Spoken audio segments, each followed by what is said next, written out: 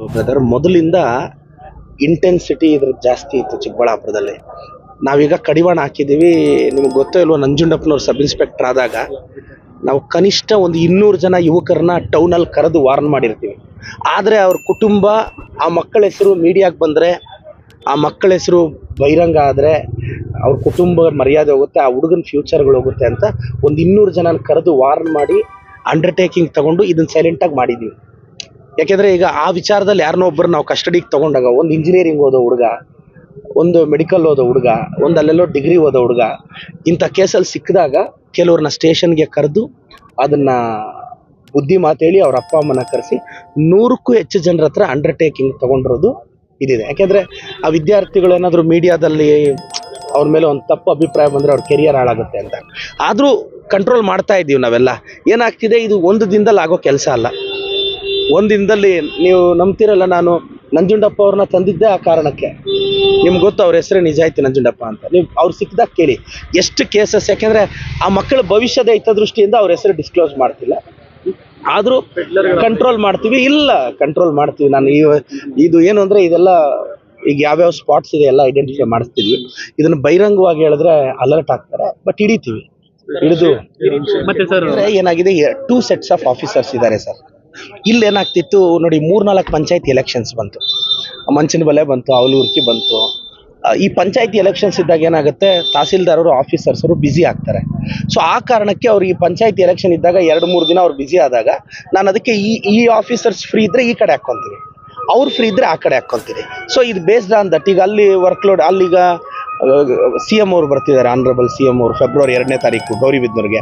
Officers ಎಲ್ಲ ಆ ಕೆಲಸದಲ್ಲಿ ಸ್ವಲ್ಪ ಬ್ಯುಸಿ ಇರ್ತೀವಿ ಸರ್ ಅಂದರು.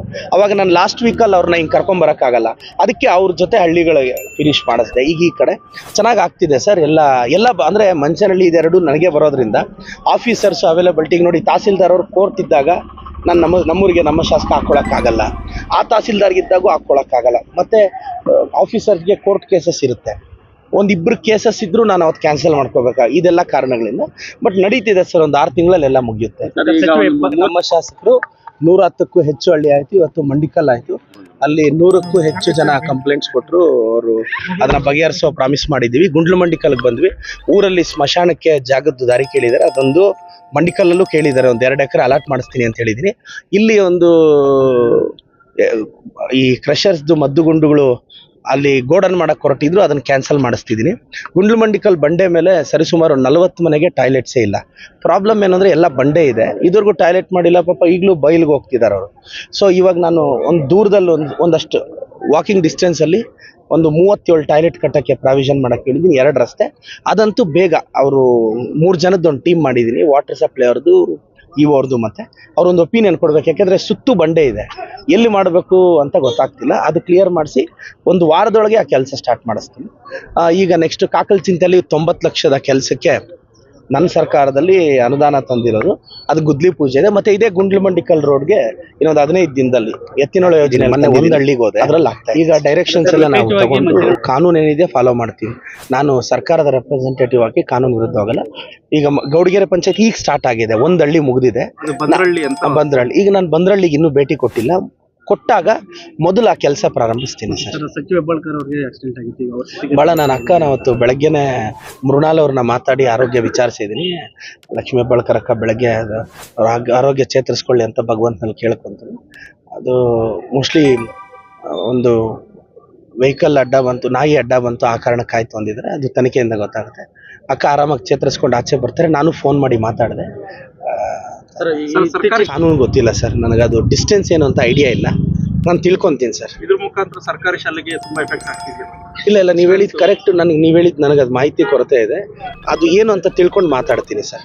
ಸರ್, ಈಗ ಇತ್ತೀಚೆಗೆ ಚಿಕ್ಕಬಳ್ಳಾಪುರ ಭಾಗದಲ್ಲಿ ಗಾಂಜಾ ಮತ್ತು ಮಾದಕ ದ್ರವ್ಯಗಳ ಹಾವಳಿ ಜಾಸ್ತಿ ಆಗಿದೆ. ಸೊ ಎಲ್ಲ ಒಂದು ರೀತಿಯ ಯುವಕರು, ಸಮುದಾಯದ ಹೆಣ್ಮಗಳು ತೀರ್ಕೊಂಡಿದ್ರು. ಅವ್ರ ಆತ್ಮಕ್ಕೆ ಶಾಂತಿ ಸಿಗಲಿ ಅಂತ ಕೋರಿದ್ದೀನಿ. ಅವರಿಬ್ಬರು ಮಕ್ಕಳು ಹೊರಲಕೊಂಡೆ ಶಾಲೆಯಲ್ಲಿ ಓದ್ತಿದ್ದಾರೆ ಆಲ್ರೆಡಿ. ಸೊ ಅವ್ರನ್ನ ಮತ್ತೆ ಆ ಶಾಲೆಗೆ ಅವ್ರಿಗೇನು ಬೇಕೋ ಅನುಕೂಲ ಮಾಡಿಸ್ತೀನಿ. ಅವ್ರಿಗೆ ನನ್ನ ಕೈಲಾಗಿದ್ದು ಆರ್ಥಿಕ ಸಹಾಯ ಮಾಡಿದ್ದೀನಿ. ನೆಕ್ಸ್ಟು ಒಂದು 3 ಜನ ಮಕ್ಕಳು ಅವ್ರ ತಂದೆ ತೀರ್ಕೊಂಡಿದ್ರು. 3 ಜನ ಹೆಣ್ಮಕ್ಳು, ಅವ್ರ ತಾಯಿ ಪಾಪ ಆ 3 ಜನ ಹೆಣ್ಮಕ್ಳು ಸಾಕೋದು ಕಷ್ಟ ಆಗುತ್ತೆ. ಅದಕ್ಕೆ ಜೂನಲ್ಲಿ 2 ಹೆಣ್ಮಕ್ಳನ್ನ ಇಲ್ಲೇ ಬೊಮ್ಮನಹಳ್ಳಿಯಲ್ಲಿ ನಮ್ದೊಂದು ಹಾಸ್ಟೆಲ್ ಆಗ್ತಿದೆ, ಹಾಸ್ಟೆಲ್ಗೆ ಸೇರಿಸ್ತೀವಿ. ಇನ್ನೊಂದು ಮಗುನ ಅವ್ರ ಮನೆಯಲ್ಲೇ ಇಟ್ಕೊತೀವಿ ಅಂದರು. ಅವ್ರಿಗೂ ಎಲ್ಲ ಆರ್ಥಿಕ ಸಹಾಯ ಮಾಡ್ತಾ ಇದ್ದೀರಿ. ಇನ್ನು ಒಂದು ಮಗುಗೆ ಹಾರ್ಟ್ ಪ್ರಾಬ್ಲಮ್ ಇತ್ತು, ಆ ಮಗುಗೆ ಡಾಕ್ಟರ್ಸ್ ಏನೋ ಅಂತ ಹೇಳಿದ್ದಾರೆ. ಆ ಮಗುಗೂ ನಮ್ಮ ಕೈಲಾಗಿದ್ದು ಮಾಡಿದ್ದೀವಿ. ಮತ್ತು ಇನ್ನೊಂದು ಮಗು, ಬಟ್ ಹಳ್ಳಿಗಳ ಕಡೆ ತುಂಬ ಕಷ್ಟ ಇದೆ, ಇವೆಲ್ಲ ಸಾರ್ಥಕದ ಕೆಲಸ ಅನ್ನಿಸ್ತಿದೆ, ಆಗಿದ್ದು ಮಾಡ್ತಾ ಇದ್ವಿ. ಹಳ್ಳಿಗಳಿಗೆ ಬಂದಾಗೆ ಇಷ್ಟೆಲ್ಲ ಗೊತ್ತು ನೋಡಿ. ಮಂಡಿಕಲಲ್ಲಿ 2000 ಪಾಪ್ಯುಲೇಷನ್ ಇದೆ. ಆ ಊರಿಗೆ ಸ್ಮಶಾನಕ್ಕೆ ಜಾಗದ ಕೊರತೆ ಇದೆ. ಈಗ ನಾನು ಬಂದೆ, ತಹಸೀಲ್ದಾರ್ ಅವ್ರಿಗೆ ಡೈರೆಕ್ಷನ್ ಕೊಟ್ಟೆ, ತಹಸೀಲ್ದಾರ್ ಅವರು DC ಅವ್ರಿಗೆ ಬರೀತಾರೆ, ನಾನು DC ಅವ್ರ ಹತ್ರ ಕೂತು ಸೈನ್ ಮಾಡಿಸ್ತೀನಿ. ಬಂದಿದ್ದಕ್ಕೆ ಇಂಥವೆಲ್ಲ ಅರಿವಿಗೆ ಬಂದಿದ್ದಲ್ಲ, ಇದು ನಮ್ಮೂರು, ನಮ್ಮ ಶಾಸಕ ಇಂಪ್ಯಾಕ್ಟ್ ಇದೆ ಸರ್. ಗೌಡ್ಗೆರೆ ಅದ್ಭುತವಾದ ಕೆಲಸ ಮಾಡ್ತಿದ್ದಾರೆ. ನಾನು ಯಾಕೆ ಇದು ಹೇಳ್ತಿದ್ದೀನಿ ಅಂದರೆ, ಈಗ ನಾವೇನು ಕ್ರಮ ತಗೊತೀವಿ ಅಂತ ನಾನು ಏನು ಮಾತಾಡಿದ್ರು ಅದು ಇನ್ಫಾರ್ಮೇಷನ್ ಇದಾಗುತ್ತೆ. ಎಲ್ಲೆಲ್ಲಿ ಪೆಡ್ಲರ್ಗಳಿದ್ದಾರೆ ಅವ್ರನ್ನೆಲ್ಲ ಐಡೆಂಟಿಫೈ ಮಾಡಿದ್ವಿ. ಪೆಡ್ಲರ್ಗಳಿಗಂತೂ ನಾನು ಹೇಳ್ತಾ ಇದ್ದೀನಿ, ಎಚ್ಚರಿಕೆ ಕೊಡ್ತಾ ಇದ್ದೀನಿ, ನಾವು ಹಿಡಿತೀವಿ. ಸೆಕ್ಷನ್ಗಳು ಹಾಕಿದ್ರೆ ಮಾತ್ರ ಒಬ್ಬೊಬ್ಬನಿಗೆ 2-3 ವರ್ಷ ಬೇಲ್ ಸಿಗಲ್ಲ. ಪೆಡ್ಲರ್ಗಳಿಗೆ ಇನ್ನೊಂದ್ಸಲ ಹೇಳ್ತಿದ್ದೀನಿ, ನಮಗೆ ನೀವು ಸಿಗಾಕೊಂಡ್ರೆ ಹಾಕೋ ಸೆಕ್ಷನ್ಸ್ ಹೆಂಗಿರುತ್ತೆ ಅಂದರೆ, ಕನಿಷ್ಠ 2-3 ವರ್ಷ ಯಾವನು ಆಚೆ ಬರಲ್ಲ. ಫ್ಯಾಮಿಲಿಗಳು ಸಫರ್ ಆಗ್ತಿದ್ದಾರೆ ಸರ್. ಆಗ್ತಿದೆ. ಈಗ ಏನಾಗ್ತಿದೆ brother, comparatively we have reduced it. ಈಗ ನಾನು ಹೇಳದ್ನಲ್ಲ, ಆಗಬಾರ್ದು ಅಂತಾನೆ. ಈಗ ನನಗೇನು, ಈಗ ಯಾರ್ಯಾರು ಸಿಗಾಕೊಂತಾರೋ ತೆಗೆದು ಅವ್ರ ಹೆಸರು ಡಿಸ್ಕ್ಲೋಸ್ ಮಾಡಿಬಿಟ್ಟು ಅವ್ರ ಲೈಫ್ ಹಾಳು ಮಾಡೋಕ್ಕಾಗಲ್ಲ. ನಾನು ಸ್ಟೂಡೆಂಟ್ಸ್ ಮಾತು ಹೇಳ್ತಾ ಇದ್ದೀನಿ, ನಾನು ಪೆಡ್ಲರ್ಗಳಿಗೆ ಮಾತು ಹೇಳಲ್ಲ. ಅವನ್ನಂತೂ ಬೀದಿಗೆ ಎಳುತ್ತಿರ್ತೀವಿ. ಪೆಡ್ಲರ್ಗಳು, ದಯವಿಟ್ಟು ಪೆಡ್ಲರ್ಗಳು ಯಾರಾದರೂ ನಿಮಗೂ ಮಾಹಿತಿ ಇದ್ದರೆ ನಮ್ಮ ಅಮರ್ ಅವ್ರಿಗೆ ಕೊಡಿ, ಕಾನ್ಫಿಡೆನ್ಷಿಯಲ್ ಆಗಿ ಕೊಡಿ, ನಾವು ಹಿಡಿತೀವಿ. ಯಾಕೆಂದರೆ ಸುಮ್ಮನೆ ಅದು ಸುದ್ದಿ ಮಾಡೋದಕ್ಕಿಂತ ಕ್ರಮ ತಗೋಬೇಕಾಗುತ್ತೆ.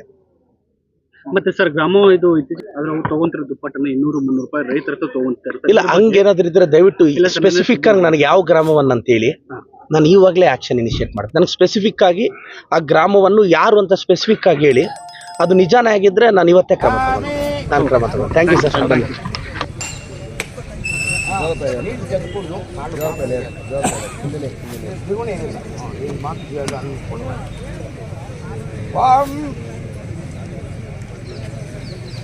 ओम प्रथमात्मे नमः, ओम द्वितीयात्मे नमः, ओम तृतीयात्मे नमः, ओम चतुर्थात्मे नमः, ओम पंचभूतात्मे नमः, ओम प्रसन्न गोमाता देवताभ्यो नमः। अतः कदली फलं निवेदयामि।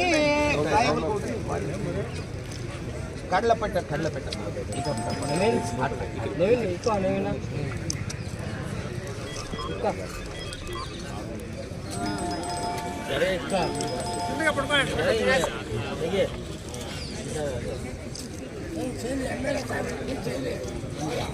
दशांगम कुलं रूपं सुगन्धं मनोहरं विरागेयं प्रतिपृच्छ्यता प्रसन्न गोमाता देवताभ्यो नमः। दिव्यधूपमाग्रापयामि, धूपदीपान्तरं मध्ये आग्नोर्पयामि, आचमन्यां पूजां समर्पयामि। अदा इदा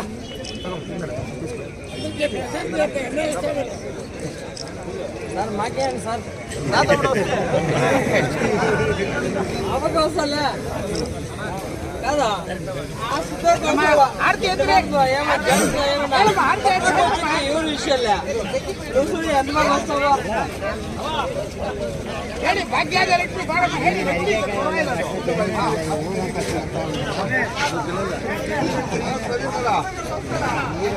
ಹಾಯ್ కదా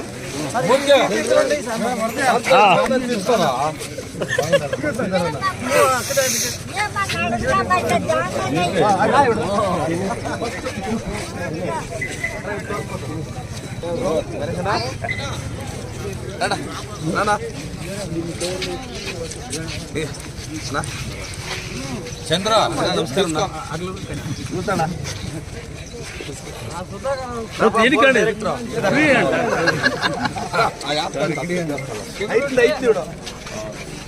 అన్నా నమస్కారం అన్న. అన్న బాగుంటావు అన్న?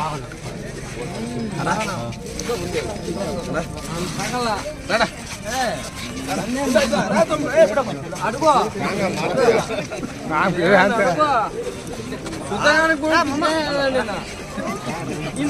ಅದಕ್ಕೆಲ್ಲ ಹೋಗಲ್ಲ. ಬುಕ್ಸ್ ಹಾಕಿ ಪ್ರತಿ ತಿಂಗಳಲ್ಲಿ ಒಬ್ಬ ಮಗುಗೆ ಒಂದು ಮೈಸೂರು ಸ್ಯಾಂಡಲ್ 2 ಸೋಪ್ ಕೊಡ್ತೀವಿ, 3 ಬಟ್ಟೆ ಸೋಪ್ ಕೊಡ್ತೀವಿ, 2 ಬ್ರಷ್ ಕೊಡ್ತೀವಿ, 100 ಗ್ರಾಮ್ಗೆ 2 ಪೇಸ್ಟ್ ಕೊಡ್ತೀವಿ ಸರ್, ಒಂದು ಕೊಬ್ಬರಿ ಎಣ್ಣೆ 200 ಗ್ರಾಮ್ ಹೆಣ್ಮಕ್ಳಿಗೆ ಕೊಡ್ತೀವಿ ಸರ್, ಒಂದು ಪೌಡರ್ ಡಬ್ಬ ಕೊಡ್ತೀವಿ ಸರ್, ಪ್ರತಿ ತಿಂಗಳು ಕೊಡ್ತೀವಿ.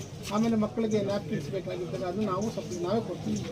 ఒక హాస్టల్ బాగుంటుంది బొమ్మ జూన్లో ఈడి నువ్వు చాలు ఏమ్మా నీ పేరేమ్మా నిఖిత. జూన్లో ఈడే 5 కిలోమీటర్లు మీ ఊరికి.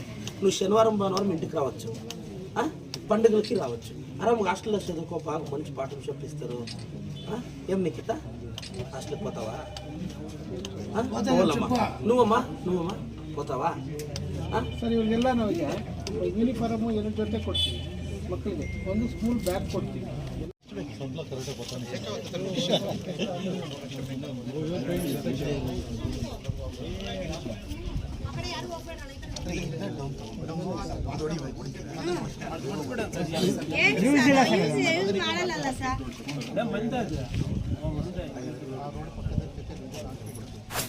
మేము ఇచ్చేస్తాం.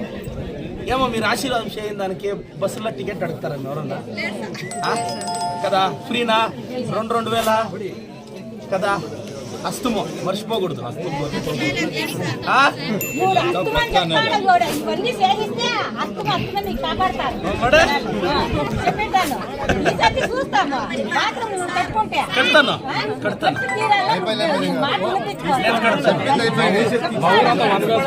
తెలుసారా ఈ ఊరంతా ఒక్కోటి ఆపకి లేదక్క. ఇప్పుడు ఏం తెలియదు, ఇప్పుడు చుట్టూ ఎడ జాగాలే. ఈడ బండి ఉంది, బండి మీద పిట్ తీసాకేయాలి. ఈవిడ ఆడ గుర్తించి సెప్టిక్ ట్యాంక్ని పైప్ లైన్ ఐటీఐ కాలేజ్ వరకు ఎత్తుకోవాలా. ఇప్పుడు ఒక టీమ్స్ వేసిండాము, ఒక వారంలో వాళ్ళు రిపోర్ట్ ఇస్తారు. ఒక 12 లక్షలు వస్తుంది. కాసులు రెడీ ఉంది. ఇప్పుడు ఏడ కట్టాలా అనేదే జాగా గుర్తిస్తే ఇమీడియట్ కట్టిస్తాను. ఇప్పుడు ఒక కమిటీ వేసిండాము, చేసిస్తాను. 15 నాళ్ళ ఏడవరితో కట్టిస్తాను. అక్క ఈవుడు నేను చెప్తాను కదా, ఈవుడు జాగా ఇవుడు చుట్టూ ఈవిడే గుడ్ని పూజ చేస్తాను మేము. అదే జాగాదే ఇవుడు. సార్ ఇవో సార్ ಸ್ವಲ್ಪ ಬೇಗ ಖರ್ಚು రాదక్క. బొంగాల్పల్లి ఎంత దూరం అయితే 5 కిలోమీటర్లు అక్క. నువ్వు చూడల్లా అన్నోడు పోయి చూసుకొని రా. నువ్వు ఒకరిని ఇంట్లో పెట్టుకొని ఇంకిద్దరు రాష్ట్రాలకి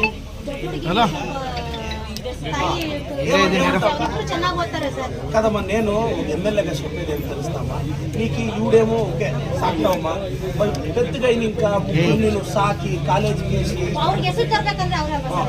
అక్క గవర్నమెంట్ హాస్టల్లో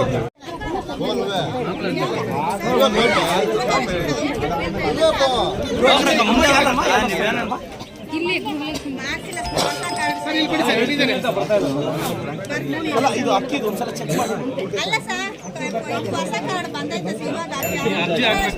ಗೃಹಲಕ್ಷ್ಮಿ ಯಾರು ಬರುತ್ತೆ? ಸಿಡಿಪಿ ಅವರು ಸರ್ ನೋಡಿ ಅರ್ಜಿ ಹಾಕಿದ್ರೆ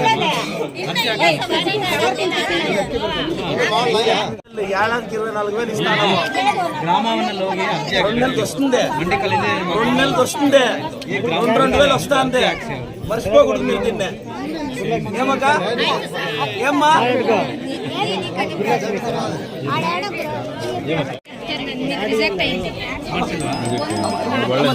సైట్ PDO ಸರ್ವೆ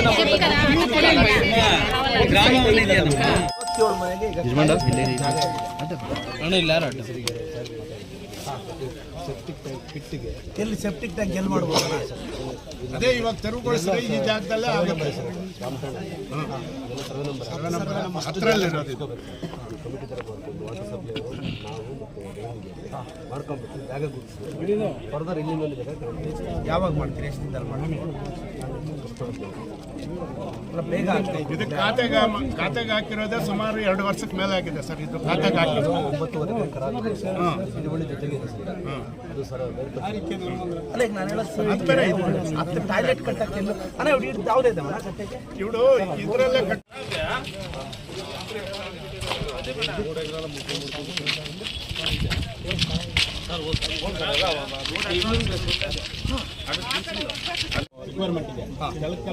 ಈಗ ಒಂದು ಕೆಲಸ ಮಾಡೋಣ, ಒಂದೇ ಕಡೆ 34 ಮಾಡಿಸ್ತೀನಿ.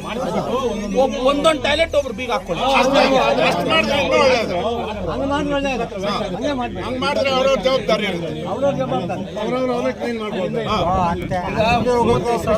ಒಂದಕ್ಕೆ ನೀವೀಗ ರಿಕ್ವೈರ್ಮೆಂಟ್ ಎಷ್ಟಿದೆಯೋ ಎಕ್ಸಾಕ್ಟ್ ಆಗಿ ಜಿನೇನಾಗ ಒಂದು ರೆಡಿ ಮಾಡಿ. ನಾನು 35,000 ಇಂಟು ಅಷ್ಟಕ್ಕೆ ಕಾಸು ಕೊಡ್ತೀನಿ, ಕಟ್ಸ್ಬಿಡಿ. ಒಂದ್ ದಿನ ಬರೋಣ, ಒಂದೊಂದು ಟಾಯ್ಲೆಟ್ ಒಬ್ರಿಗೆ ಹ್ಯಾಂಡ್ ಓವರ್ ಮಾಡಿ ಅವ್ರು ಕೀ ಹಾಕೊಂಡು ಕ್ಲೀನ್ ಆಗಿ ಇದೆಲ್ಲ ಮಾಡಕ್ಕೆ ಪ್ಲೇಸ್ ಬೇಕು. ಪ್ಲೇಸ್ಗೆ ಸರ್ವೆ ಸರ್, ಈಗ 37 ಮನೆಗೆ ರಿಕ್ವೈರ್ ಇದೆ. ನೀವು ಹೇಳಿದಾಗ 36, 35,000 ಇಂಟು 36 ನಾವು ಹಾಕ್ತೀವಿ ಅನ್ಕೊಳ್ಳಿ, ಒಂದು 10 ಲಕ್ಷ ಬೇಕಾಗುತ್ತೆ. ನಾವು ಹೇಳಿದ್ರೆ 37 ಕಮ್ಯುನಿಟಿ ಕಟ್ಟಿಬಿಟ್ಟು ಒಂದೊಂದು ಮನೆ ಒಂದೊಂದು ತಗೊಳ್ಳಿ.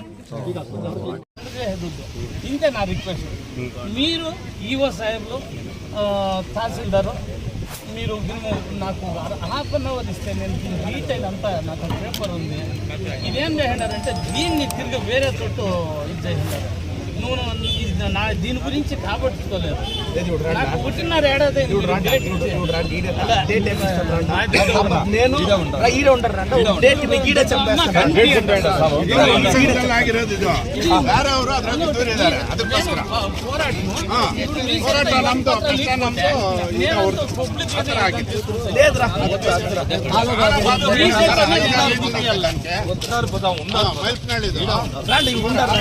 ಬಾಧೆ ಬಿದ್ದಿದ್ದೀವಿ. ಅದ್ರದ್ದು సరిపోతుందా? ದಯವಿಟ್ಟು ಅದನ್ನ ನಮ್ಮ ಕುಲಂಕುಷವಾಗಿ ಹೇಳ್ಬೇಕು.